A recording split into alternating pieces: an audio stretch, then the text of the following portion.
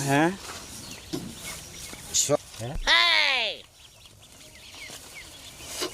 ধোঁয়া হ্যাঁ না রে ধোঁয়া ভাই ঘর বাইকে এই ভাই তোর নেন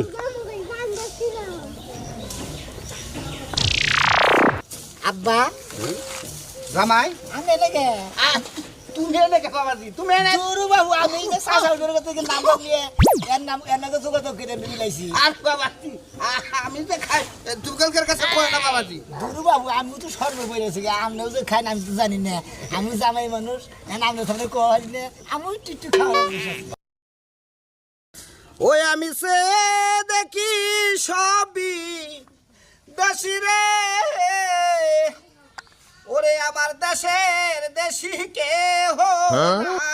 আমি কার লৌকা